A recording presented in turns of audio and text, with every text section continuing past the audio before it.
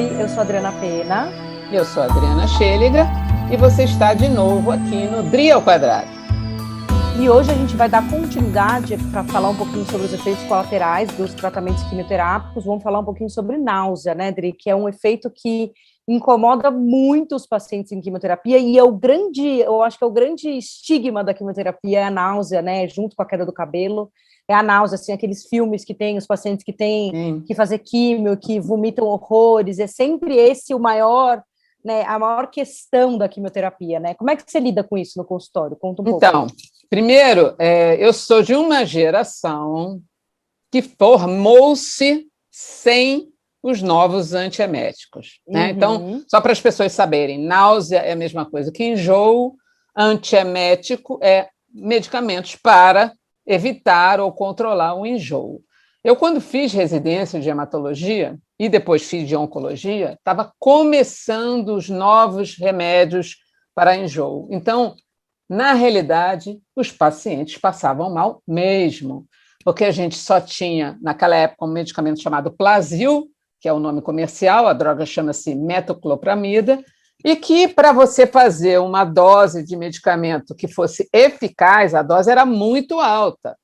Então, por exemplo, você imagina fazer 1 miligrama por quilo de Plasil para um doente que vai fazer uma droga emetogênica, que a gente chama, ou seja, dá muito enjoo, são 6 a 12 ampolas, é muita coisa. Então, o efeito colateral... com outros efeitos colaterais, né? Muito efeito colateral. Então, realmente, na época que antecede essas novas medicações, vômito era um efeito colateral comum, muito debilitante, que colocava muitas vezes o doente internado, precisando hidratar, até que o enjoo passasse, ele pudesse voltar a se alimentar de novo. Mas a gente já vive numa outra era, onde nós temos potentes medicamentos para controlar o enjoo e evitar que o doente vomite, não é? Sim, isso aí. E a gente vê hoje que a gente evoluiu muito, né, nesse patamar, nesse quesito, e que a gente está em outro patamar, né? Hoje a gente consegue controlar muito melhor, mesmo em casa, né? A gente não precisa mais ter só as drogas que a gente faz hospitalares e nem endovenosas, a gente consegue bom controle com comprimidos, a gente tem várias possibilidades, né? E não só comprimidos, eu acho que a gente entendeu o vômito, né, e o enjoo, né, que é a náusea, de uma outra maneira, e hoje a gente tem até medidas que a gente chama não farmacológicas, né, para orientar os pacientes. Então, em relação à dieta, o que ele pode, o que ele não pode comer, a gente até vai ter um podcast, né, Dri, com uma nutricionista especialista em oncologia, para dar todas essas dicas.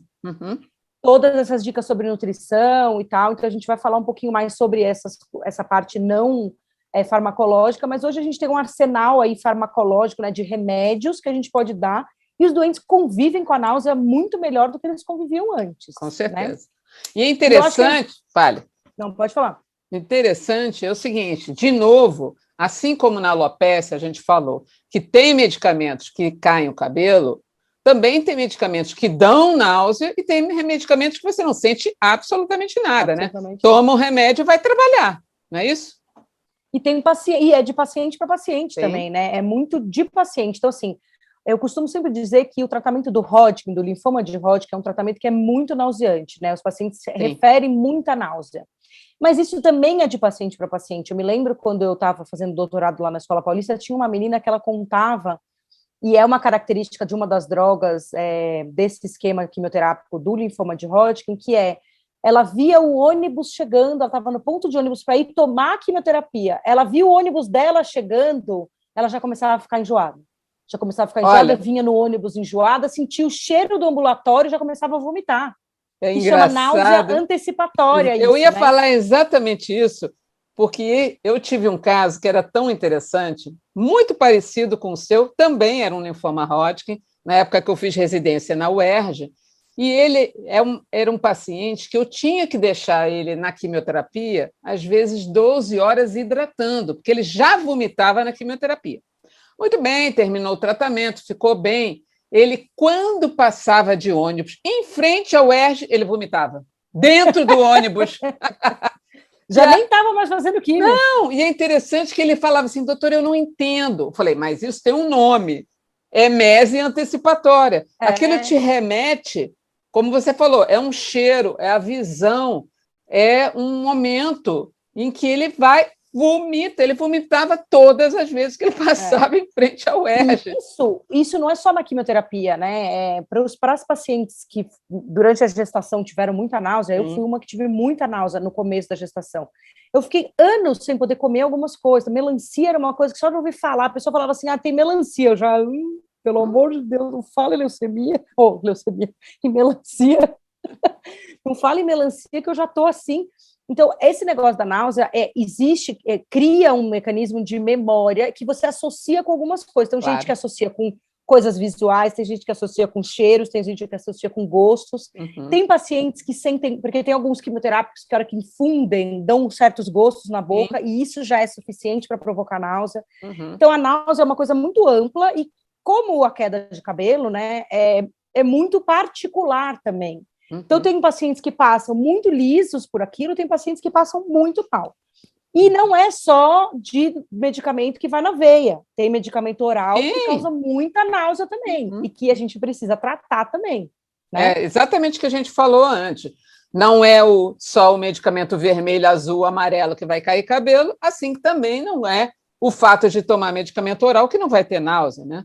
E outra coisa interessante que você falou, que me lembrou, é que existe uma questão. Quando você está fazendo a avaliação inicial do doente, você pergunta, porque a gente já sabe que tem pessoas que são vomitadoras, são aquelas pessoas que já vomitam por tudo, né?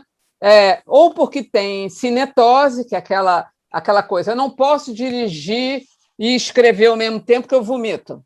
Então, tem pessoas que sobem, por exemplo, a Serra de Petrópolis, aqui no Rio de Janeiro, tem uns 50 curvas, para a direita e outras para a esquerda. E tem gente que vai daqui a Petrópolis vomitando. Ou a pessoa que vai num balanço do barco Rio-Niterói vomita. Essas pessoas provavelmente vão ter mais náusea. Não quer dizer que também seja absolutamente isso. Mas tem pessoas, por exemplo, eu posso ler o iPad na rua, na Avenida indo para Petrópolis, eu não tenho nada, absolutamente nada. Isso é interessante, mas e é mais comum com mulheres do que com homens. Tem a questão também de pessoas que costumam beber mais álcool, por isso tem um clearance do hepático maior, que também tem menos náusea. Então, você vê, é individual pela pessoa, individual pela droga, individual pelos hábitos. Sim, então várias coisas influenciam você ter ou não náusea. Isso, e eu acho que tem algumas dicas que a gente pode dar bem rapidinho aqui, pelo menos que eu costumo dar para meus pacientes, que é assim, tem algumas coisas que melhoram a náusea. Então, os alimentos ácidos, principalmente limão, melhora muito a náusea. Então, eu sempre falo para eles assim, não está conseguindo comer, né, a comida, e tem uma coisa da comida fazer aquele bolo e não vai, né? Prepara um suco de limão, deixa ali do lado, toda vez que dá um gole no suco de limão antes de comer, come, dá outro gole no suco de limão. O limão, ele aumenta a salivação, que aumenta a digestão da comida na boca, e aí você já vai pré-digerido, o que melhora a náusea. Evitar os carboidratos. Os carboidratos batata. Batata é carboidrato? É batata que você vai ter náusea, né? É difícil, a digestão do carboidrato requer outras enzimas e faz você ficar mais nauseada, né? As coisas muito quentes fazem você ficar mais nauseada também, muito doces fazem ficar mais nauseada. Então, eu sempre dou essas dicas, assim, procure as coisas mais frias, as geladas, né, as coisas mais ácidas, menos doces, né, que são aquelas coisas que geralmente a gente saliva mais quando a gente consome. Evite ficar longos períodos em jejum, né, porque isso também faz com que você fique mais nauseado. E não deixe a náusea avançar para você ser medicado. Ao primeiro sinal de náusea, já toma alguma coisa. Tanto é que quando você faz a prescrição para casa da medicação, você já faz uma medicação pensando justamente para evitar... mas eu preciso tomar, doutora? Olha, eu aconselho você tomar para não ficar enjoado, não é? E aí, no próximo ciclo, você pode, eventualmente, até diminuir. Porque o enjoo, ele causa mais enjoo. Então, você fica enjoado, daí você não consegue comer, daí o jejum causa mais enjoo. Então, é um ciclo que vai acontecendo. Então, procure não ficar muito tempo em jejum, e ao menor sinal de náusea, já toma alguma coisa que foi o que o seu médico orientou. Converse com o seu médico se a náusea estiver muito intensa, sempre dá para a gente melhorar, né, medicamentoso e até dentro nutricional, dieta e hábitos, né, que fazem com que melhore também essa aceitação e diminua a náusea. Isso, tem mais alguma coisa que você orienta, Adri? Eu digo o seguinte, o fato, eventualmente, de você ficar um dia sem se alimentar normalmente, não vai acontecer nada com você. O importante é você estar bem. E náusea é uma coisa que tira muito o humor do paciente. É um sintoma muito ruim. Então, se você não comer, não tem problema, mas beba líquido e tenta fazer isso que a Adri falou. Não pode ficar muito tempo sem comer. Ou faça as orientações do seu médico, tome a medicação, e se você, eventualmente, num próximo momento ou no próximo ciclo, achar que não está com tanta náusea assim, talvez você converse com o seu médico para reduzir os remédios, etc. Mas hoje a gente tem condições de tratar os doentes com o mínimo possível de náusea, não é isso? Isso aí. Então tá vamos bom. lá, vamos procurar sempre a orientação médica e nutricional para que a gente tenha menos efeito colateral no nosso tratamento oncológico. Isso, e aí ficando a dica, se vocês quiserem deixar alguma dica ou algum comentário, coloque aqui embaixo no canal do YouTube ou nas nossas redes, a Hematologista e o Linfopedia, e também no canal do Telegram, onde eu vou ver se a gente tem alguma coisa bacana para o pessoal da área de saúde sobre náuseas. Até a próxima. E também se inscreve no canal aí do Linfopedia e ativa o sininho, né? Que é para receber as notificações de quando tiver vídeo novo. Isso aí. Beijo, Dri. Beijo, tchau. Tchau.